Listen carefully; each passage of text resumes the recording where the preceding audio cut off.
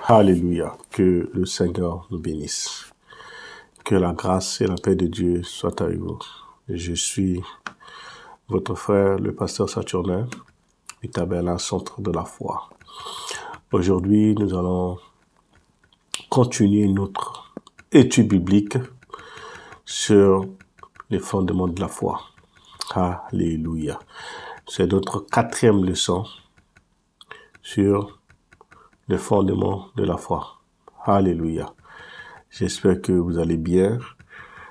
Ayez votre Bible avec vous pour vérifier ces enseignements. Ça nous aidera à comprendre, à rester dans la voie de Dieu. Alléluia. Aujourd'hui, nous allons parler du Saint-Esprit en tant que personne et son œuvre. Alléluia.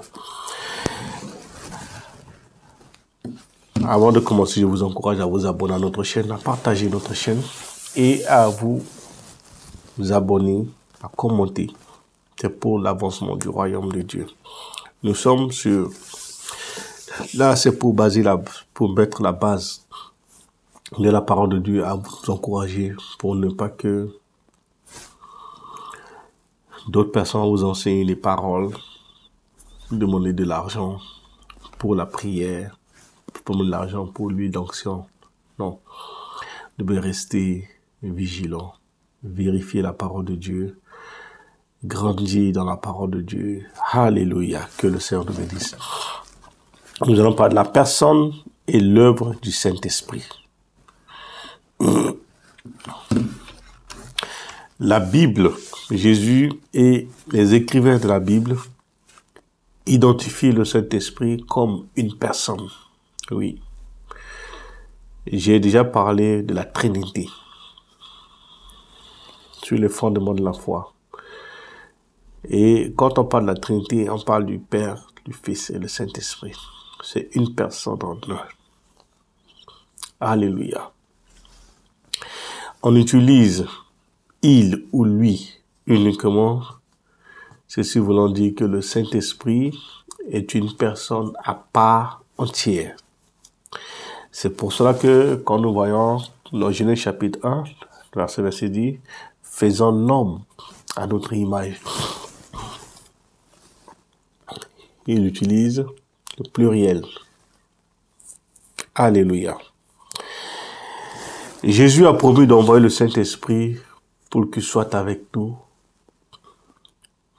pour faire son œuvre, l'œuvre du Christ en nous. Nous pouvons lire dans Jean le chapitre 14, à partir du verset 15.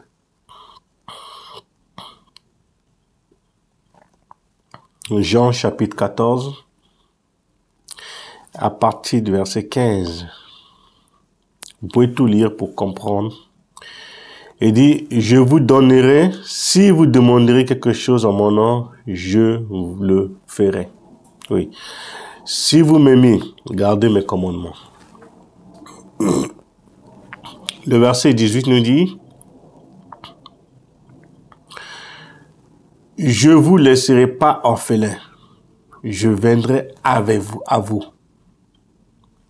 Je ne vous laisserai pas orphelin, je viendrai à vous. Le verset 18, le verset 26 nous dit, mais le consolateur, l'Esprit Saint, que le Père enverra en mon nom, vous enseignera toutes choses, vous rappellera tout ce que je vous ai enseigné. Le Seigneur nous a promis d'envoyer le Saint-Esprit. Il a également dit que le Saint-Esprit le représenterait. Il agira à sa place. Alléluia. Lors du dernier message de Jésus-Christ à ses disciples, il a dit, dans Jean chapitre, avant d'aller à la crucifixion, Jean chapitre 16, le verset 7, il nous dit, cependant, je vous dis la vérité. Il vous est avantageux que je m'en aille, car si je m'en vais pas, le consolateur ne viendra pas vers vous. Mais si je m'en vais, je vous l'enverrai. Donc, Jésus-Christ avait dit à ses disciples, il était avantageux pour lui de partir et vous envoyer le Saint-Esprit. Et effectivement, il nous a envoyé le Saint-Esprit. Le Saint-Esprit est avec nous. Il est en nous. Il fait l'œuvre de Christ en nous. Ce qu'il veut de nous, c'est que nous soyons disposés, disponibles. Et que nous soyons obéissants à la voix du Saint-Esprit. Beaucoup d'enfants de Dieu frustrent le Saint-Esprit, attristent le Saint-Esprit. On ne le salue même pas, on ne dit pas bonjour. Une personne qui est avec toi, que tu ne le salues pas. Même quand la personne veut te dire quelque chose, te donne une information, la personne ne pourra pas te dire parce que tu as une attitude, un comportement qui blesse, qui attriste, qui décourage. Oui, beaucoup ont découragé le Saint-Esprit, beaucoup ont attristé le Saint-Esprit, beaucoup ont frustré le Saint-Esprit. Quand il veut mettre son œuvre en nous, il veut nous utiliser, on le frustre, on l'attriste, on le décourage. Oui, tu es utile pour le Saint-Esprit, tu es utile pour l'œuvre de Dieu, mais il faut que tu te disposes, il faut que nous nous disposons, nous devons nous laisser disposer devant le Seigneur pour qu'on soit utile pour son royaume. Alléluia. Jésus-Christ convaincra, le Saint-Esprit convaincra le monde de péché, de justice et de jugement. Le Saint-Esprit vous montrera des choses à venir. Oui, les choses à venir. Les choses à venir, ta destinée, les choses à venir, tes projets, les choses à venir. Il y a des choses que le Saint-Esprit peut te dire quand tu es disposé, quand nous le cherchons, quand nous le saluons, quand nous laissons le Saint-Esprit être notre associé, notre guide. Il va nous dire des choses à venir. Il va nous enseigner des choses à venir. Le Saint-Esprit nous dirigera. Il va nous diriger. Le Saint-Esprit va nous remplir notre cœur de sagesse divine. Alléluia. Beaucoup d'enfants de Dieu ne cherchent pas le Saint-Esprit. On prie au nom de Jésus. Non. Mais le Saint-Esprit est avec nous. Le Seigneur nous a promis qu'il serait avec nous tous les jours jusqu'à la fin du monde. Le Saint-Esprit est avec nous. Non pas l'attrister. Alléluia. Jésus a promis que le Saint-Esprit serait en vous. Jésus vit dans notre cœur par le Saint-Esprit. Jean chapitre 14, verset 17. Jean chapitre 14, verset 17. Prenez votre Bible et lisez pour comprendre. L'esprit de vérité que le monde ne peut recevoir parce qu'il ne le voit pas, il ne le voit point et ne le connaît point. Mais vous le connaissez, car il demeure avec vous et il sera en vous. Oui, il demeure avec vous. Le Saint-Esprit demeure avec nous partout. Quand tu sors le matin, tu salues par le Saint-Esprit. Tu veux conduire, tu salues par le Saint-Esprit. À table, on n'invite pas le Saint-Esprit, mais on l'attriste. C'est pas qu'il veut manger ta nourriture. Il veut juste être là pour t'assister. Alléluia. Le Saint-Esprit donne la possibilité à tous les enfants de Dieu nés de nouveau. Alléluia. Nul ne peut être sauvé si le Saint-Esprit n'habite pas en lui. Nul ne peut être sauvé si le Saint-Esprit n'habite pas en lui.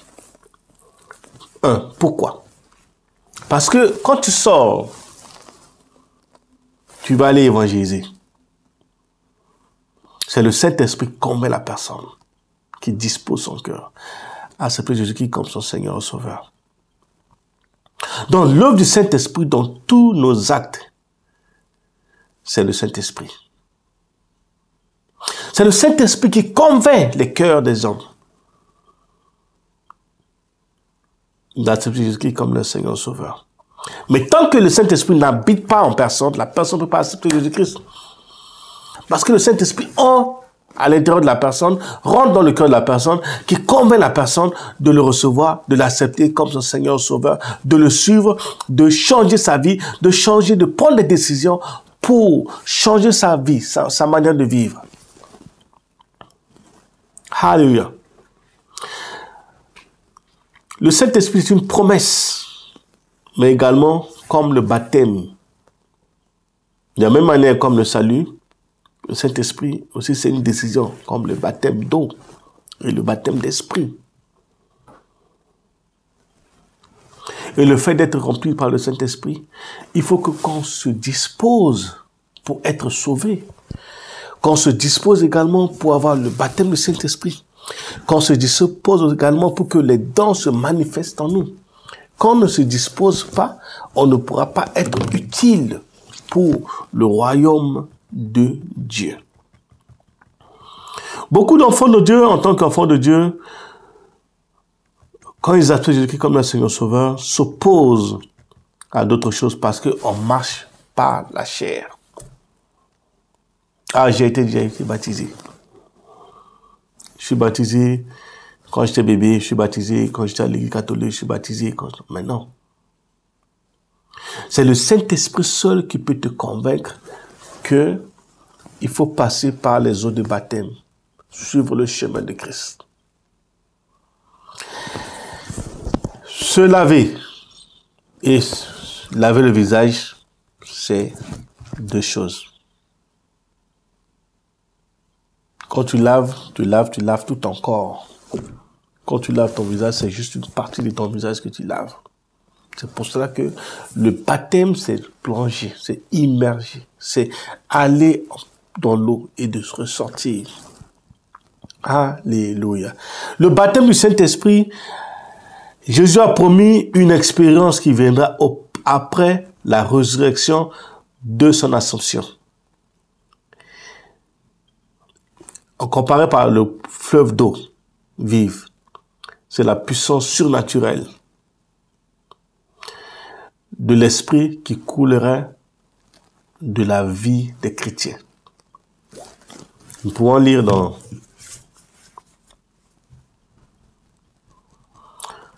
Jean chapitre 4, le verset 13 à 14. Jean chapitre 4, le verset 13, il nous dit, vous m'appelez maître et Seigneur, et vous dites bien, car je le suis.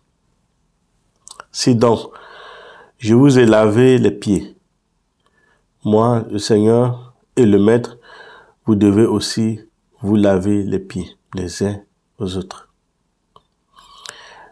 Car je vous ai donné un exemple afin que vous fassiez comme je vous ai fait. Alléluia.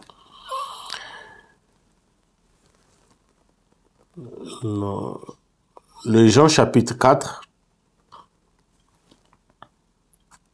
le verset 13 dit, Jésus lui répondit, quiconque boit de cette eau aura encore soif.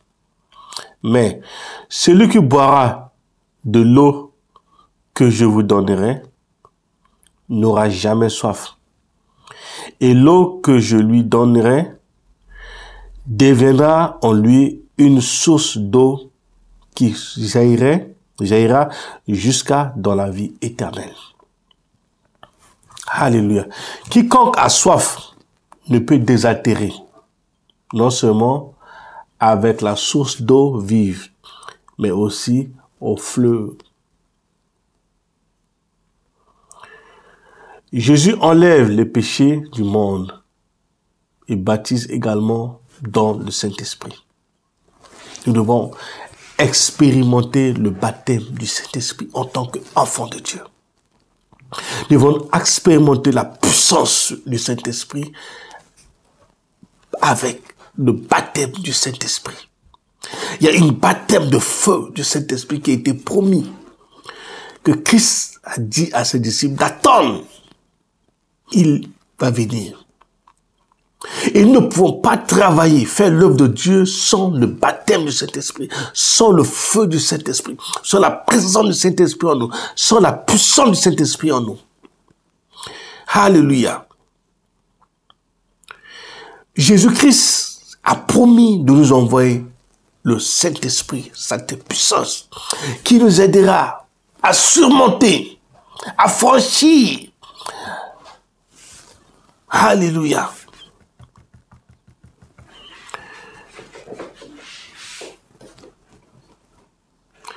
On se confie en Jésus-Christ pour notre salut, oui, mais aussi pour être rempli du Saint-Esprit.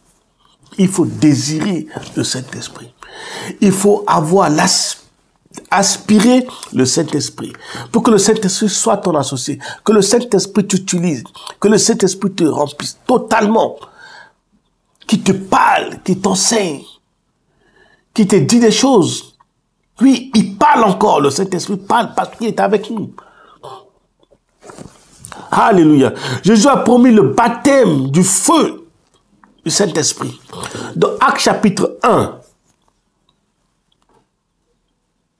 Actes chapitre 1. Le verset 4 à 5 nous dit: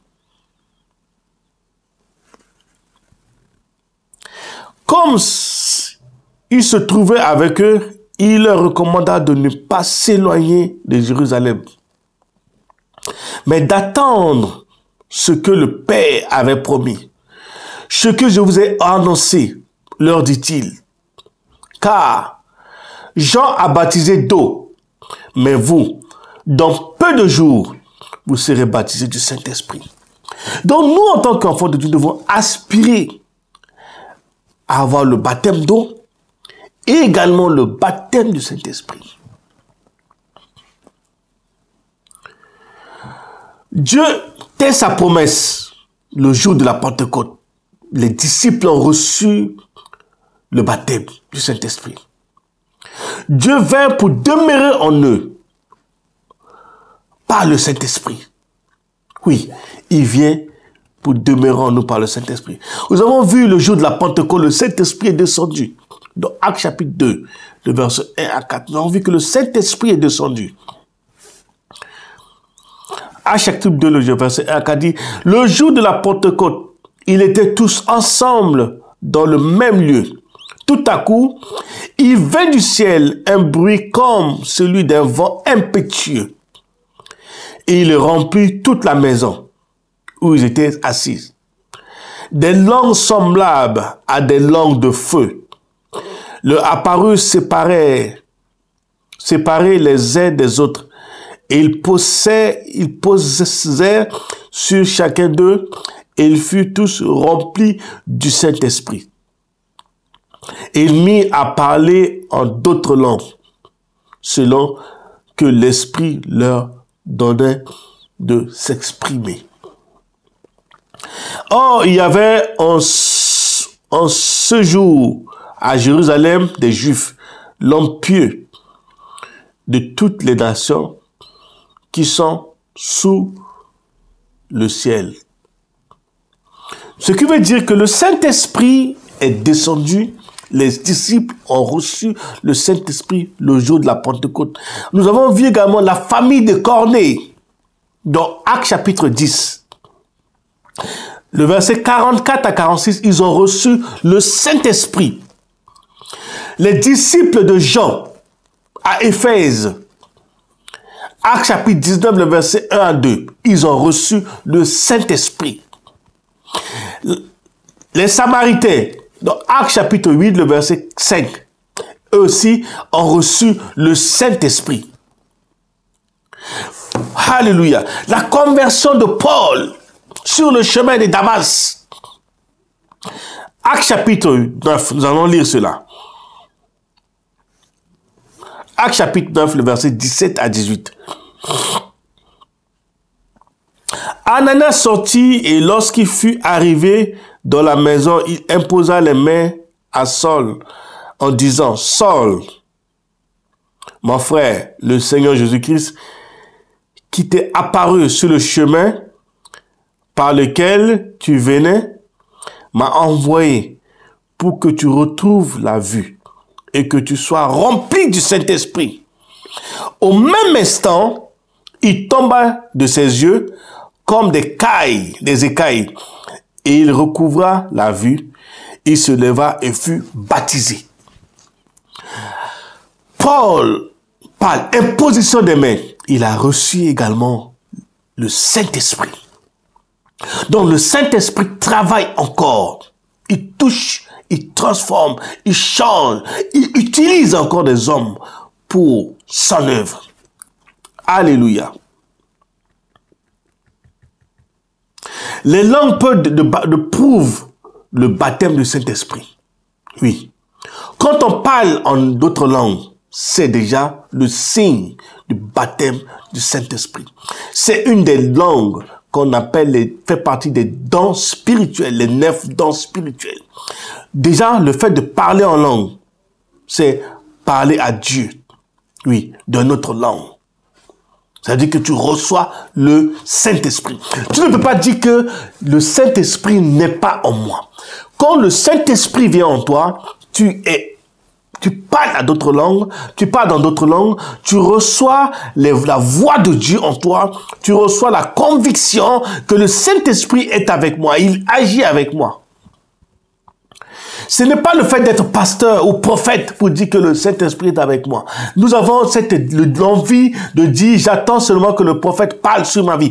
Qui est prophète? Toi-même, tu es le prophète de ta vie. Tu es ton prophète.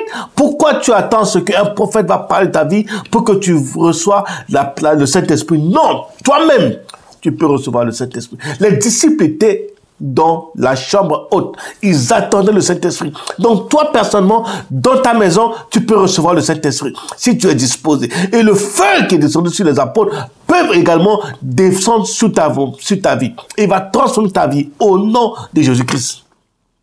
Donc, pourquoi tu te limites? Pourquoi tu te limites? Le Saint-Esprit est avec nous. Et il travaille avec nous. Nous ne devons pas nous limiter, enfants de Dieu, nous ne devons pas limiter, serviteurs, servantes de Dieu. Tu n'es pas n'importe qui, tu es enfant de Dieu. À partir du moment où tu acceptes le Seigneur Jésus-Christ comme ton Seigneur Sauveur, tu fais partie du royaume de Dieu. Et le Saint-Esprit qui a été promis, le Saint-Esprit est aussi pour toi. Le feu est aussi pour toi. Il faut que tu utilises ce feu pour développer, pour transformer, pour changer ton entourage. Parce que tu n'es une femme, non. Il faut que tu sois une femme de distinction. Une femme qui va être une femme de feu. Une femme de feu. Une femme de feu. Le feu n'est pas seulement fait pour les hommes. Dans la salle, dans la chambre haute, il y avait aussi des femmes. Même la mère de Jésus-Christ, Marie, était aussi dans la chambre haute. Elle aussi a reçu le Saint-Esprit. Toi aussi, tu peux recevoir le Saint-Esprit si tu te disposes. Alléluia. Donc, on peut aussi méditer en puissance surnaturelle. 1 Corinthiens,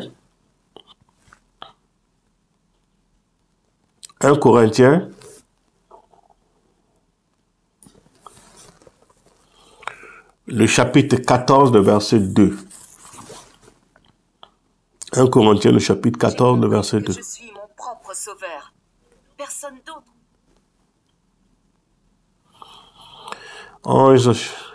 Corinthiens chapitre 14, verset 2. En effet, celui qui parle en langue ne parle pas aux hommes, mais à Dieu. Car personne ne le comprend. Et c'est un esprit qui dit des mystères. C'est pour cela que nous devons aspirer à recevoir la puissance du Saint-Esprit. Quand tu parles en langue, dans la prière, tu ne parles pas aux hommes.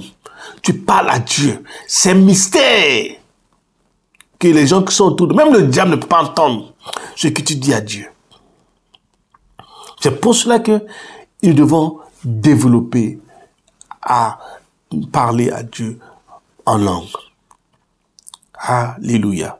Alléluia.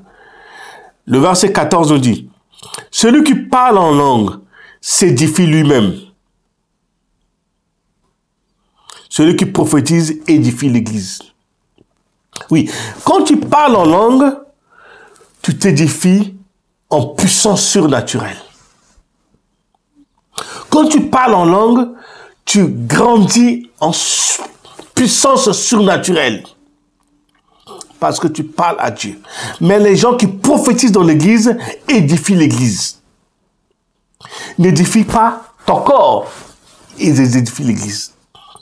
Donc, en tant qu'enfant de Dieu, tu dois aspirer à ce don de parler en langue. Mais la puissance de Dieu, quand il vient sur toi, tu dois aussi recevoir de parler en langue. Alléluia. 1 Corinthiens 14, 4. Celui qui parle en langue s'édifie lui-même. Celui qui prophétise édifie l'église. Oui, ça c'est la différence. Les gens qui sont dans l'église qui prophétisent pensent qu'ils sont plus puissants, ils sont plus grands. Oui, c'est ça. Ça c'est la mentalité qu'on leur dit. On leur inculque que c'est une prophétesse. Non. Les dons de prophétie, c'est pas le ministère de prophète. C'est pas le ministère de prophète. Le ministère de prophète et le don de prophétie, c'est pas pareil. Les gens ont le don de prophétie fait de prophètes. Non. Il faut savoir que le don de prophétie, c'est pour édifier l'église, le corps de Christ. Le ministère de prophète, c'est un ministère. Comme les apôtres, comme l'évangéliste, comme pasteur, comme enseignant, comme apôtre, pasteur, apôtre, prophète, évangéliste, prophète et docteur. Alléluia.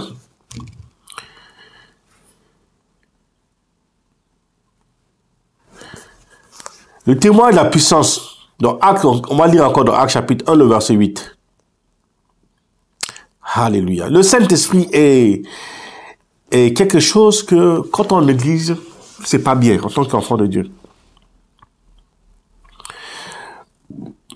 Mais vous recevez une puissance, le Saint-Esprit survenant sur vous, et vous serez mes témoins à Jérusalem, dans toute la Judée, dans la Samarie et jusqu'aux extrémités de la terre. Donc le Saint-Esprit rend témoignage.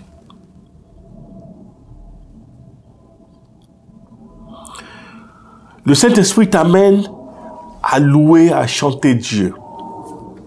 Le Saint-Esprit nous amène à louer Dieu, à adorer Dieu, à aimer Dieu. C'est pour cela qu'il est important, en tant qu'enfant de Dieu, à chercher le Saint-Esprit. À savoir que c'est une personne qui écoute, une personne qui parle. C'est une personne qui est avec toi chaque jour. C'est une personne qui te dirige. C'est une personne qui te donne la sagesse divine. C'est une personne qui te conduit. C'est une personne qui te renouvelle. Quand il est ton associé, il t'aide. Quand il est ton associé, il te fortifie. Quand il est ton associé, il te renouvelle. Quand il est ton associé, tu seras utile pour le royaume de Dieu. Saint-Esprit de Dieu, nous allons prier. Toi qui vas recevoir ce message, tu vas écouter le message. Que le Saint-Esprit te touche là où tu es. Que le Saint-Esprit te saisisse là où tu es. Qu'il délie ta langue. Que tu reçois le feu du Saint-Esprit. Que la puissance de Dieu descende sur ta vie. Que la puissance de Dieu te renouvelle. Que le Saint-Esprit te conduit, te convainc, te renouvelle, te restaure. Dans le nom de Jésus-Christ. Seigneur, merci pour ta présence. Merci pour le renouvellement de ton peuple. La restauration. Fortifie-les. Pour la gloire de ton nom. Au nom de Jésus-Christ. Amen. Que le Seigneur nous bénisse. Que sa grâce, sa paix soit sur nous. Je vous encourage à vous abonner à notre chaîne, à partager l'étude biblique. Et vous pouvez suivre l'étude biblique au début. Nous sommes à 4e leçon. Alléluia. Que Dieu te bénisse. Abonnez-vous à notre chaîne, partagez notre chaîne. C'est pour la gloire de Dieu. Que Dieu vous bénisse.